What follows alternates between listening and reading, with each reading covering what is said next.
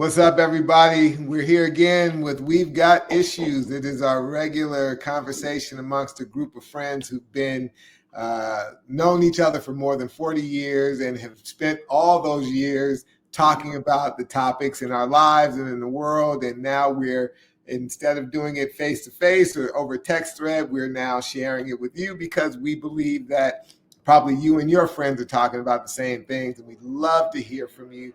Hopefully you've over the course of these episodes, you've started to like and subscribe to our YouTube channel. We certainly invite you to do that and engage through conversation with the things that we like to talk about. Again, my name is Nick Cates. I'm in Los Angeles, realtor and investor, and I am very, very excited to engage again with my good friends, Mr. Ron Evans. Hey. Was in the D.C., Virginia area, a seasoned technologist, and has been in the information area for many, many years. Husband and father of two wonderful young women, and of course, Darin Gray, who's here in L.A. as well. And he is also a husband and father, and works and grandfather. I'm sorry. Oh, and grandfather. Yes, and grandfather. Yes. I can't leave that out. Also, an academic and a scientist, and works in the academic area here at USC. And we're just going to get into some topics, as we usually do, that will hopefully inspire some thoughts on your end. And today I have the honor of being able to bring a topic that's been on my mind, and we'll discuss that. Excuse me. We'll discuss that. And it actually came up through a conversation I had with my wife recently about discussing and determining what your personal mission statement is, your operating system that you work from that allows you to navigate this world that we live in effectively. And I wanted to bring it up for you guys to consider, and maybe you guys can share what your personal operating system is that allows you to live your best life in times that are sometimes challenging. And I'll boil mine down to say two things. I have two theories of the world that help me to feel stable and at the same time able to grow. The first thing is that I truly believe that the most valuable commodity that we have today is our ability to have discernment, right? We need to operate from a standpoint of understanding that we have to be filters for knowledge and be not swayed to and fro by the volumes of information that come our way. And that our biggest attribute needs to be that we understand and we can see the things that others can't. And the better we're able to do that, the more effectively we are able to navigate and not be manipulated, but at the same time be open enough to take in new knowledge. And the better we're able to deal with conflicting interests and deal with the trade-offs that are inevitable in everything, the more effective we are at managing trade-offs, the better and more happy we will be in life. That's part one. Part two is understanding that all the world's problems are not necessarily your fault, but they are your responsibility. And no one's coming to save you individually, but you when it all is said and done. So those two things, being able to deal with conflicting trade-offs and understanding that you have to be more responsible than anyone for yourself, is the way to navigate through this life. So that's my personal operating system. Darin, I'm going to throw it to you. What's your take on things? I would say focusing on servant leadership is my operating philosophy.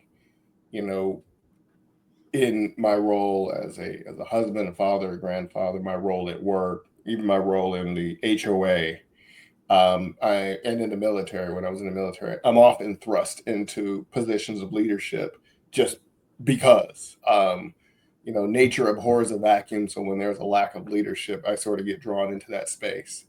And as I've gotten older, I've seen the value of servant leadership, which is taking the philosophy that people that are under your power are also under your protection, and seeing that as what it is that I'm supposed to do and supposed to be. That's my mission, and staying focused on that mission, almost singularly focused on the mission of being what a leader is supposed to be.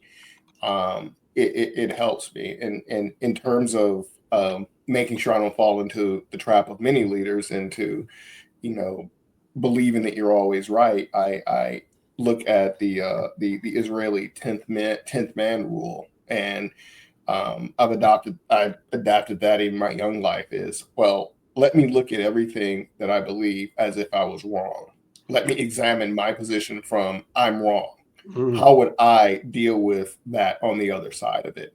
And so part of being a leader is being able to see the other side, like you said, with discernment, which is one of the reasons why a while back I said I was a little bit afraid of artificial intelligence, because anytime that if I were to rely on artificial intelligence to do that, then I'm afraid that I would lose that vision, that lens, that perspective for being able to be critical of myself.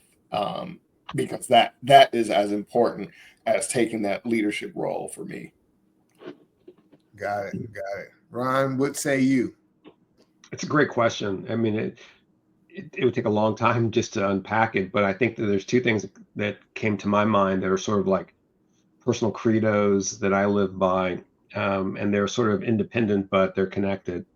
The first thing that will explain a lot of what you see in the chat is a quote from W. Edward Demings, the founder of the total quality movement in the 1950s. He went to Japan after World War II and introduced TQM.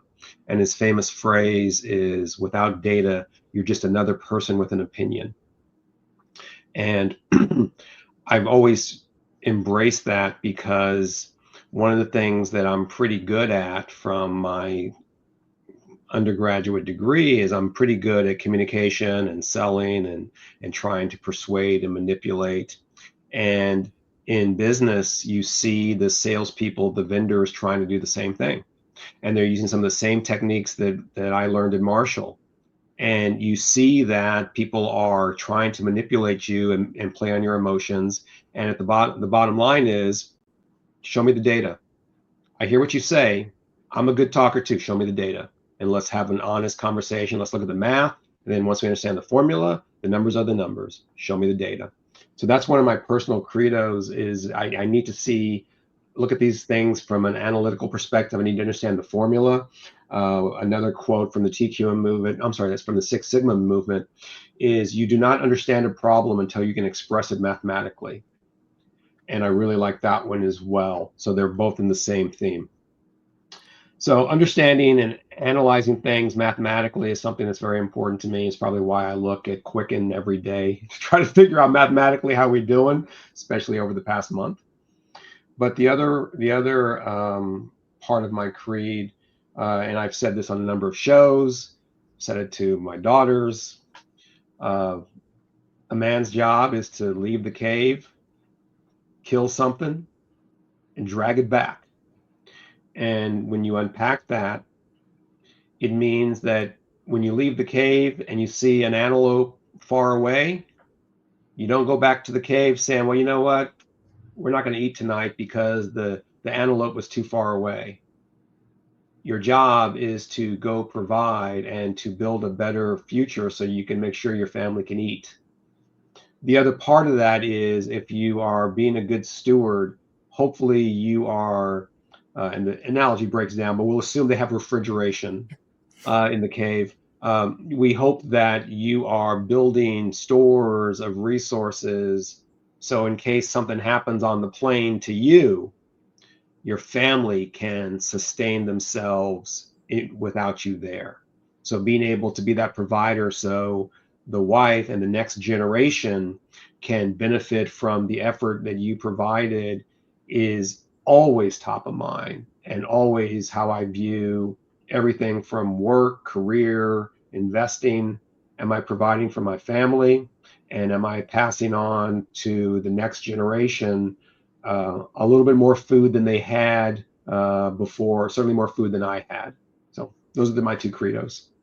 Yeah, forecasting is a little bit that seems very American centric, because they did have ways of preserving food before refrigeration, drying things out and salting. So your analogy doesn't break down, but because you're so Western centric, you couldn't imagine worlds beyond refrigeration. Just saying.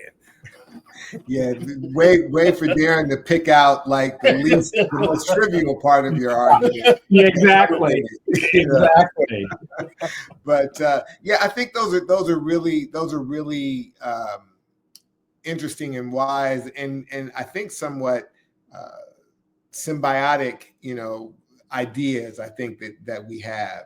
It's interesting, Ron, that on one hand you have a very like data analytical part of your thing, and at the other hand it's kind of just a traditional like analog traditional male kind of thing. And I don't say that in a derogatory way. What I'm saying is that on one hand you're saying the numbers have to match up, like it can't be that way just because it's the way you want it to be or I want it to be.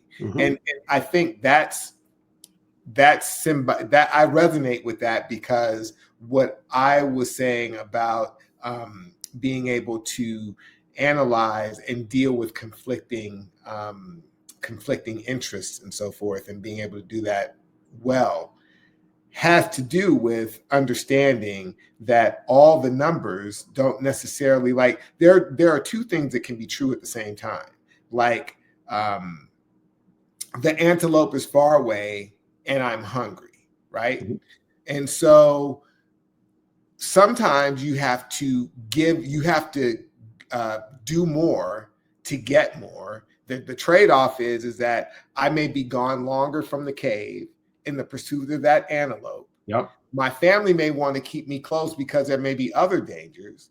But the question becomes, okay, we got to eat, but if I'm away for longer to get the antelope, that offers its own set of problems. Absolutely. And that's what I'm trying to get at, right? I think most people want things to be, they want things to be the way they want them to be, despite the data that they're seeing, right? And I think that's what causes a lot of problems in our world today, politically, socially, in every way.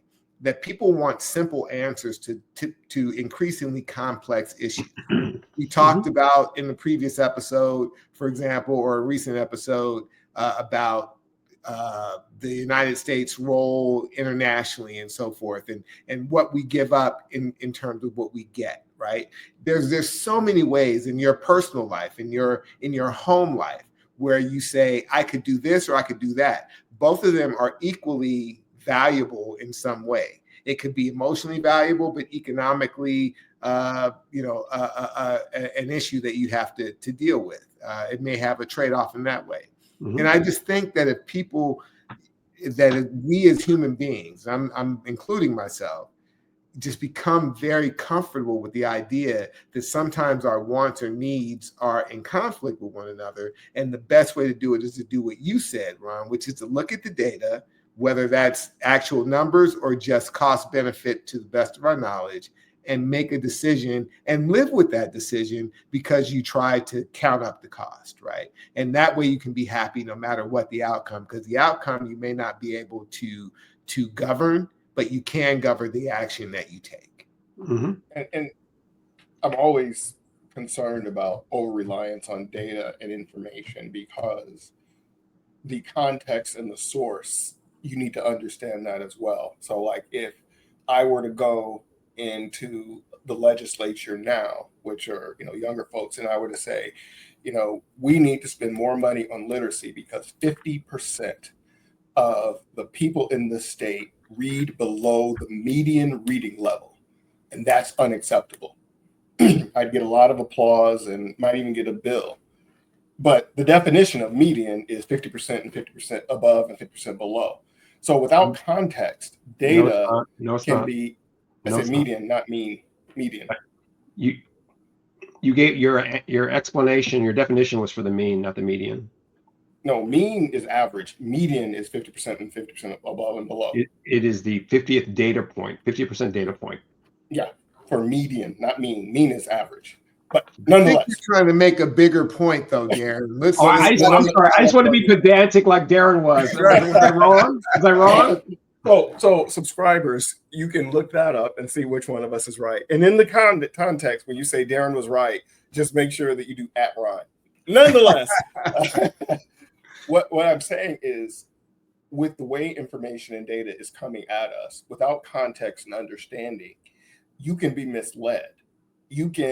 The algorithms in your Google search or your social media search can give you data, but without context and understanding that data, you can be misinformed and make decisions based on that.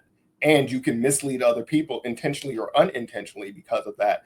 And so part of my concern is when people become over-reliant on data without understanding the context or the source of the data, that can lead to a whole other set of problems. And that's why I like the 10th man rule that the Israelis started to implement after, I think it was the Yom Kippur War, when they were saying, like, everybody's like, they would never attack on this day. And they said it is one person's job to always have that opposing viewpoint.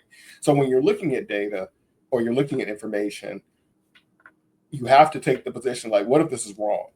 Because that gives you a different perspective. And so that is always my concern with data and information. And before you chime in, Ron, because I think, Darin, you make a very important point, which goes back to my original idea of discernment, right? Like, you have to be able to your point, take in the context of where the information came from. And it doesn't have to be as cut and dry as actual statistics or, whatever, probability based on whatever. It could just be you walk out your door this morning and you go left or you go right, or you work out or you don't, or you eat the burger, or you like whatever your things are, right? It's all about that. But particularly when it comes to data, you don't want to look for the things that support your predisposed outcome. You want the things that are going to allow you to enrich your mind to the point so that the muscle of having discernment gets stronger, and you can say, you know what, the way I was seeing this may not be right. You're absolutely right, Darin. It's like, imagine, and I think, Ron, you said this too about the point that the gentleman came up with in the 50s. What if my preconceived notion is not right? What if I think this, but it's actually that? You guys are all Wire fans, right? Everybody loves The Wire. What if my man? I've never seen it. You're fired from the podcast, man. You're like, had I known that, would have never invited you. I've never seen it. I'm sorry. I've been meaning to. Right. Man. Well, then that blows up our whole. No. Go, Nick. For the people that actually understand pop culture, please go ahead. Absolutely. And I can't remember if it was Avon Barksdale who said it, but I think it was. He says, "You want it to be one way, but it's the other way." The other way. No, that was Marlo Stansfield talking. It was season 4 talking to the security guard. Yeah. Because the security guard saw him steal lollipops. Mm-hmm. And the security guard confronts him and is like, "Why are you stealing lollipops? I know who you are." And he's like, "You want it one way, but it's the other way." Yeah. Exactly. And I think we have to have that open-mindedness. I'll put a link in the show notes that talks about just that idea that you have to have an open mind, but not so open that your brains fall out, right? So that's kind of the idea there.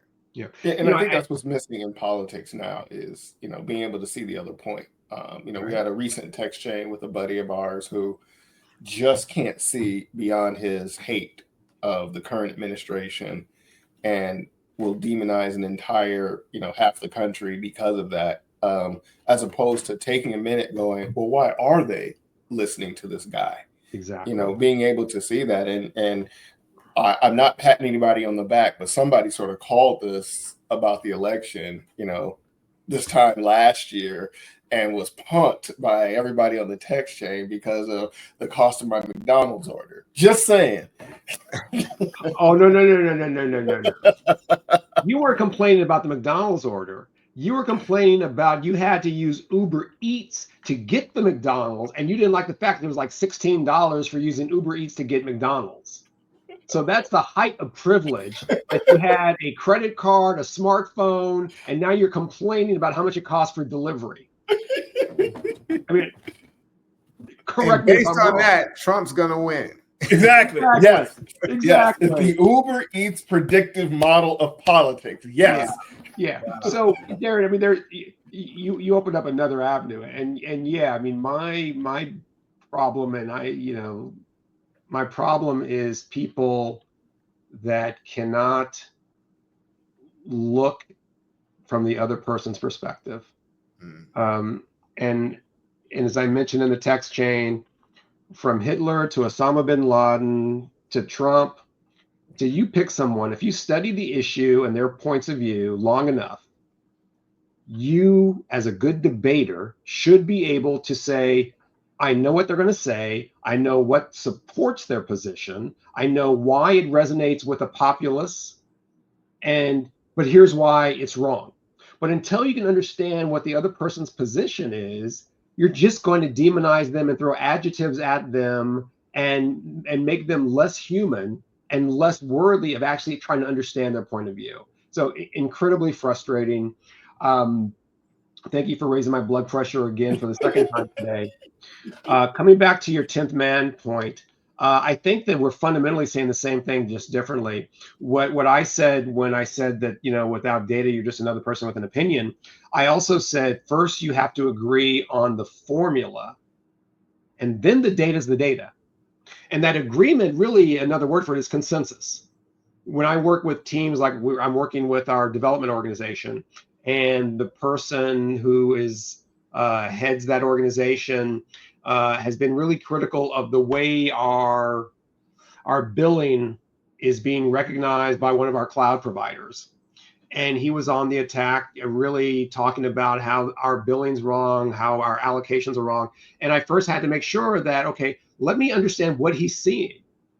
And I had to have a meeting with him where it's like, hey, I'm new to this. Let me make sure I understand what you're saying. What are you seeing? Come from the position that they're right. And like you're saying, if it's the 10th man, come from the position of, dude, I know you're right until I can disprove you. And I think that's the source of power in both in our debates, as well as just a personal credo, is there's always that dissenting opinion. There's always the critic. What are they seeing that we're not? And there's power in that, to listen.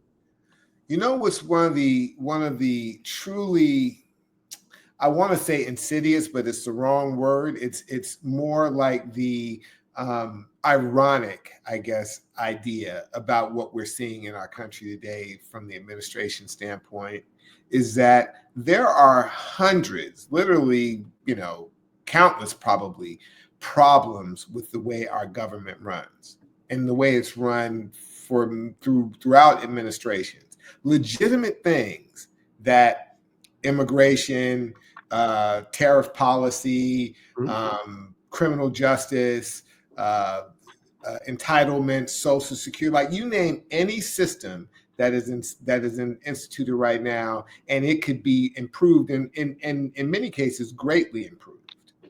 And in the hands of somebody who really had an interest in actually doing things in the public interest, any one or two or three or five or 10 of those things could actually be improved to the benefit of the American people.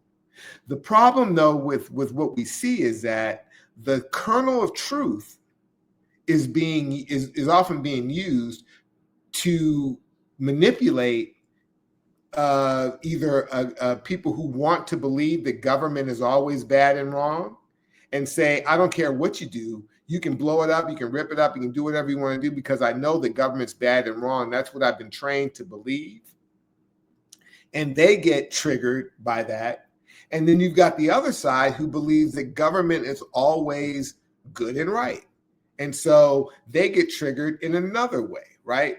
But the truth is somewhere in the middle, which is that government can be an incredibly powerful and good measure for the people that it's meant to serve, or it can be incredibly wasteful and, you know, deleterious and whatever. Like, both those things are true about government.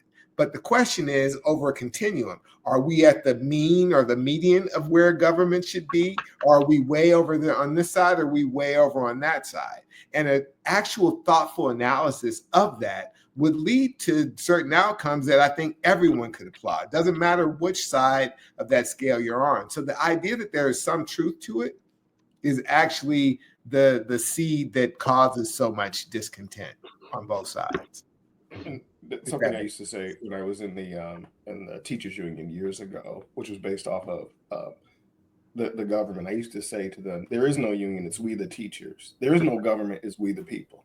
Mm-hmm. The government is made up of human beings and of citizens. Yeah.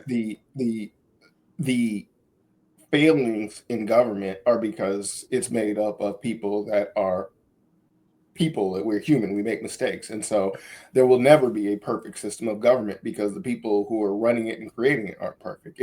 There is no the government, it's we the people. And right. As long as we the people are really willing to cede our power, cede our responsibility to the people who we want to run things, then it will always be beholden to the special interests that control those people. Right. You know, we abdicate our responsibility for going to our the commission meetings at the city. We abdicate our responsibility. We'll take a week of vacation, but we won't take time off to go see what policy is at the local, federal, or state level. We won't do those things. We'll go to Washington, D.C. to visit, the tourist stops, but we won't go to sit on the congressional hearings. As long as we put our own needs and wants as priorities over our responsibility as the people of this country, then yeah, we are ceding and abdicating our responsibility, and the government will always be that. It'll be the people who ran for, the prom king, prom queen, student council president. When we say I don't want to be involved in that, we are ceding that power. And I think that is where and I'm guilty of it as well, where we have decided that we're better off if we let other people do the stuff. And as long as we're benefiting, we're fine. And when we're not benefiting, we're raising a ruckus. Right. I'll give those of us who live near DC, they could go more often. I'm kidding. I'm gonna give you some points back from not ever watching The Wire for that statement, which I agree with. You don't get very many, but you'll get a few for that. For that statement. We need to have an episode just on unpacking that. Yeah. But yeah, I think you're really wholly right about that, Darin, because we want to, again, dealing with the trade-off of what it means to be an American. Most people trade toward the side of what my rights are, right, as opposed to my responsibilities, right? Because to your point, the government is just made up of citizens just like you and me. They have their own incentives for wanting to do it, right? But if the populace was less interested in about what you get for being an American and what you need to give to be an American so that your society runs properly and that the people that you elect feel accountable to you, then we might be in a better position. And I think John F. Kennedy, man, John F. Kennedy. It's true. It's true. And we're all guilty of that on certain levels. So Ron, I'm gonna give you the last shot at this, and we'll move on. You know what? I'm going to save my powder on this one. I think you guys have engaged in a really good conversation. I'm going to just enjoy the debate. I don't have to weigh in on everything. All right. Well, then we're going to turn it to you guys who have been watching and have your own feelings. If you haven't left a comment already, love to understand what your personal process is for understanding and living in this world and dealing with, again, as I believe, the trade-offs that we ultimately all have to deal with. What's your personal operating protocol for being fully realized and not tossed to and fro from what we see? So love for you to leave a comment. Of course, hopefully you'll subscribe and just engage with us. We're here weekly, if not more than one time a week, sharing these concepts. So good stuff, guys. I'm going to give my parting shot, which kind of relates to what we were talking about. And I, like many people, got enamored with the ease of which you could order things on Amazon and so forth. And one of those things is ordering books on Amazon, because you see an interview or you hear a podcast, whatever, you see, that'd be an interesting book to read. And so you just go on Amazon and you click and you buy it and stuff. But in Los Angeles, one thing that I have not taken as full advantage of until more recently is the wonderful resource of the library system that we have here in Los Angeles and in California. And I'm sure it's that way in many other localities and so forth. But our library system allows access to so much, not only books, music, movies, research documents, like all kinds of things, many of which are able to actually be ordered and picked up. If they're not at your actual branch that's closest to you, you can order them and they're delivered to your branch. You pick them up. There's even an app called Libby, where you're able to go on Libby and order many of these things and organize your stuff, almost like your own little store for your books, your magazines, any of the things that you can access through your local library is there. And it's a rich resource that I think too few of us take advantage of, but that our tax dollars and so forth are actually going to fund. Many of the libraries, particularly in Los Angeles, have been redone in the last 10, 15 years. And many of the actual facilities are really nice and modern, and they got, computers and all kinds of stuff. So I'm sure people of school age are probably taking more advantage of that. But as adults too, there's a wealth of material that we have access to that I think we should take better advantage of. So you guys got any thoughts about that? I co-sign that. There are spaces in the library where you can just go have a meeting. You can, do some studying, reading. I have the Libby app. My wife hit me to that for books. Even they're like citizen science nature kits that you can check out. I mean, it is. With the dawn of the internet, people thought the libraries would go away, but they are needed now more than ever. And in terms of getting access to information, you can actually look up things in a library without the algorithm telling you what to look for. You can go. You're not going to the Dewey Decimal Library Catalog System anymore, where you're your own Google, but you can just walk through the library and find something interesting. So I am a library geek. Absolutely. Ron, you want to chime in, or you're already in this? I haven't been to a library in a minute, so I know the DC Public Library has been renovated, but I haven't been there yet. But you guys have the advantage of being in LA, where you can get to these libraries, and that's a nice advantage. But in LA, there's the county library system and the city library system. And so like LA County has its own library system, and some of the cities have theirs as well. So, library is just a stone's throw away, and it's incredible. It's just such a beautiful resource to have. Yeah. And I absolutely am a library nerd and geek. Yeah. I often wonder, with 3 people on this call, if 2 of us have gone to the library and 1 of us haven't, what is the median number? What is the average or the median? In this case, the median and the mean would align. So there we go. We've come full circle. With that, we have come full circle. Full circle. And so, does Ron get points taken away since I've not seen The Wire and he's not going to the library? I think Ron needs to lose some points. But I win because I know that the median is the middle number in a range. Yeah, well, okay. So he's got you 2-1. So we'll let the people decide. You guys decide who's at more of a deficit for their lifestyle, Darin or Ron. So, but if you've got thoughts or feelings about what we've shared today, we certainly would love to hear it. we invite you to subscribe and give us a thumbs up, give us a like, share this with people that you know. I think it's a great topic for conversation, as hopefully all of our episodes are. So again, Ron and Darin, you guys have come through again with the heat. So we'll see what the people out there think. So again, thank you guys for joining us, and we will see you guys all in the next time. We'll see you next time.